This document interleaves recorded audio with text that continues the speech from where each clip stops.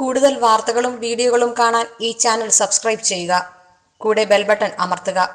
Please subscribe our channel. നമസ്കാരം.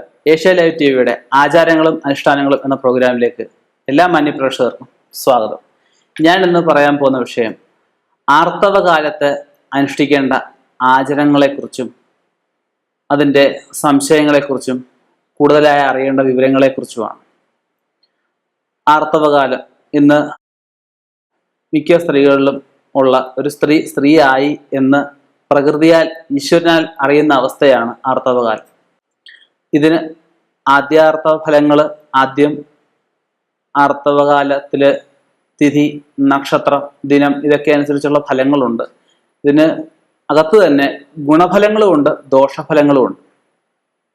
ഇത് നമ്മൾ കണ്ടെത്തി അവരവരുടെ ആചാരങ്ങൾക്ക് അവരുടെ സമുദായം നിഷ്കർഷിക്കുന്ന ക്രിയകൾ ചെയ്ത് ആദ്യാർത്തവം കഴിഞ്ഞതിന് ശേഷം അതിന് വേണ്ടുന്ന പരിഹാരങ്ങൾ എന്തെങ്കിലും ചെയ്യുന്നത് നന്നായിരിക്കും. ഇനിയും ഇത് ഫാസ്റ്റ് യുഗമാണ്. പലർക്കും ഇതിനെക്കുറിച്ച് അറിവ് കുറഞ്ഞു വരികയാണ്. പഴയ കാലത്ത് ഇല്ലത്ത് അല്ലെങ്കിൽ വീടുകളിലായാലും ചെയ്തു വന്നിരുന്നത് ആർത്തവമായി എന്നറിഞ്ഞു കഴിഞ്ഞാൽ പ്രത്യേകമായി ഒരു റൂമില് ഈ സ്ത്രീയെ പാർപ്പിച്ച് ഇവർക്ക് വേണ്ടുന്ന ഭക്ഷണങ്ങളും വെള്ളങ്ങളും അവശ്യ വസ്തുക്കളും എല്ലാം കൊടുത്ത് സംരക്ഷിച്ചു പോരുന്നൊരു രീതിയാണ്. കാരണം ഈ സമയത്ത് ഒരു നെഗറ്റീവ് എനർജി ഉണ്ടാകുമെന്നും സയന്റിഫിക്കലായിട്ട് ഇതിനകത്ത് കുറച്ച് കാര്യങ്ങളുണ്ട്. നെഗറ്റീവ് എനർജി, അതായത് നമ്മുടെ ശരീരത്ത് വേർക്കും അല്ലേ, വേർക്കുന്ന അവസ്ഥ, ഇതും അതുപോലെ തന്നെ ഒരു അശുദ്ധിയായിട്ടാണ് പറയപ്പെടുന്നത്. ആ അവസ്ഥയിൽ ആ മുറിയിൽ സംരക്ഷിച്ചു പോരും. ഇവർ കട്ടിയുള്ള പണികളൊന്നും ചെയ്യാൻ പാടില്ല, അങ്ങനെയുള്ള കുറേ കാര്യങ്ങൾ പറയുന്നുണ്ട്. ഇന്ന് ഇതൊന്നും പറ്റാവുന്നതല്ല, എന്നാലും ബ്രാഹ്മണ ഇല്ലങ്ങളിൽ നിന്നും ആചരിക്കുന്നവരുമുണ്ട്. ഈ സമയങ്ങൾ മാറ്റിയിരുത്തി വീട്ടിലെ ഗൃഹനാഥന്മാരായിരിക്കും കുട്ടികളുടെ കാര്യം വീട്ടിലെ കാര്യങ്ങളും ഒക്കെ നോക്കുന്നത്. നോക്കി ഈ അടുത്ത കാലം കൊണ്ട് കുറച്ച് പേരിൽ കടന്നുകൂടിയിട്ടുള്ളൊരു വിചാരം അല്ലെങ്കിൽ ഒരു പഴഞ്ചൊല്ല് എന്ന് പറയാം, 4 കുളിച്ചാൽ 4 അമ്പലത്തിൽ കയറാം. ഇതിലൊരു കാര്യവുമില്ല. 4 കുളിച്ചാൽ പൂർണ്ണ ശുദ്ധിയായോ? 4 കുളിച്ചാൽ ആർത്തവം നിൽക്കുന്ന ചിലരിലുണ്ട്, ചിലർ 2ാമത്തെ ദിവസം നിൽക്കും. പക്ഷേ ഈ പറയുന്ന ഒരു പഴഞ്ചൊല്ലില്ല, പതിരില്ല, യാതൊരു കാര്യവുമില്ല. ഇത് കൂടുതലായിട്ടും ആൾക്കാരുടെ മനസ്സിൽ കയറി പറ്റിയാൽ എന്ത് പറ്റും? അടുത്ത തലമുറയ്ക്ക് ഇതിനെപ്പറ്റി അറിയില്ല. അത് ഏറ്റവും ദോഷമാണ്. 12 മണിക്ക് മുമ്പാണെങ്കിൽ 1ാം ദിവസമായും 12 മണി കഴിഞ്ഞിട്ടാണെങ്കിൽ രാത്രിയാണ് അത് പിറ്റേ ദിവസമായിട്ടുമാണ് കണക്കാക്കുന്നത്. അങ്ങനെ 7 രാത്രിയാണ് കണക്ക്.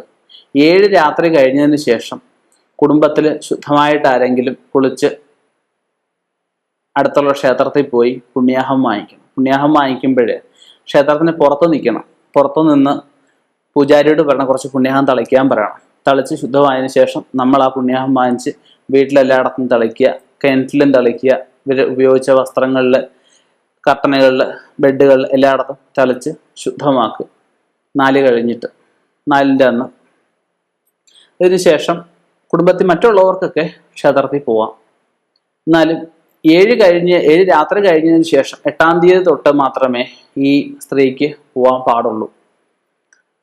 പിന്നെ ഈ മാറിയിരിക്കാൻ പറ്റാത്ത അവസ്ഥ പറഞ്ഞുവല്ലോ, അന്നേരം ഇവരുണ്ടാക്കുന്ന ഭക്ഷണങ്ങളായിരിക്കും മറ്റുള്ളവർ കഴിക്കുന്നത്. ഈ അവസ്ഥയിൽ ക്ഷേത്രവുമായിട്ട് ബന്ധപ്പെട്ട കാര്യങ്ങളിൽ ഇടപെടാതിരിക്കുക, ക്ഷേത്രങ്ങളിലേക്ക് ഒരു സാധനം കൊടുത്ത് വിടാതിരിക്കുക, അല്ലെ ക്ഷേത്രങ്ങളിൽ ഇപ്പോൾ തൊഴാതിരിക്കുക. ഇതിൻ്റെ പഴയ കാലത്ത് പറയുമ്പോൾ 7 കാതം അകലെ എന്ന് പറയും. പഴയ കണക്ക് കാതം എന്ന് പറയും. ആ കാതം അകലെ മാത്രമേ നിൽക്കാവൂ എന്ന് പറയും. അങ്ങോട്ട് പോകും തോറും നമുക്ക് അതിൻ്റെതായിട്ടുള്ളൊരു ബുദ്ധിമുട്ടുകൾ ഉണ്ടാവും. 4ാം ദിവസം തൊട്ട് വീട്ടിൽ വിളക്ക് കത്തിരി തുടങ്ങുന്നവരുണ്ട്. അല്ലാതെ ഇതായി എന്ന് അറിഞ്ഞതിന് ശേഷം വീട്ടിൽ മറ്റാരെയും തൊടാതെ ഒരാൾക്ക് മാത്രമായി പ്രത്യേകം വസ്ത്രം മാറ്റി വെച്ച് കുളത്തിലോ ആറ്റിലോ അല്ലെ കിണറ്റിലോ ആവാം ശുദ്ധമായി കുളിച്ചിട്ട് വന്ന് മറ്റെവിടെയും തൊടാതെ വിളക്ക് കത്തിക്കുന്നവരും ഉണ്ട്. അതിലും തെറ്റില്ല. എന്നാലും അങ്ങനെ ആചരിക്കുന്നതുകൊണ്ട് തെറ്റില്ല. കൂടുതലായിട്ടും ഈ 7 രാത്രി കഴിഞ്ഞിട്ട് പോകുന്നതായിരിക്കും ഏറ്റവും അഭികാമ്യമായിട്ട് പറയപ്പെടുന്നത്. ഇതിൽ അറിഞ്ഞുകൊണ്ട് പോലും നമ്മൾ കുട്ടികളെ ആയാൽ പോലും കുട്ടികൾ ഓടി നടക്കുന്ന കുട്ടികളെന്ന് വെച്ചാൽ ഭഗവാന്റെ ഒരു അവതാരം അല്ലെ ഭഗവാന്റെ ഒരു രൂപമായിട്ടാണ് പറയപ്പെടുന്നത്. എന്നാൽ പോലും ആ കുട്ടികളെ ആയാൽ പോലും കളിക്കാനോ മറ്റുള്ളവരൊന്നും അമ്പലത്തിലോട്ടോ അല്ലെങ്കിൽ പരിസരത്തോട്ടോ വിടാതിരിക്കുക.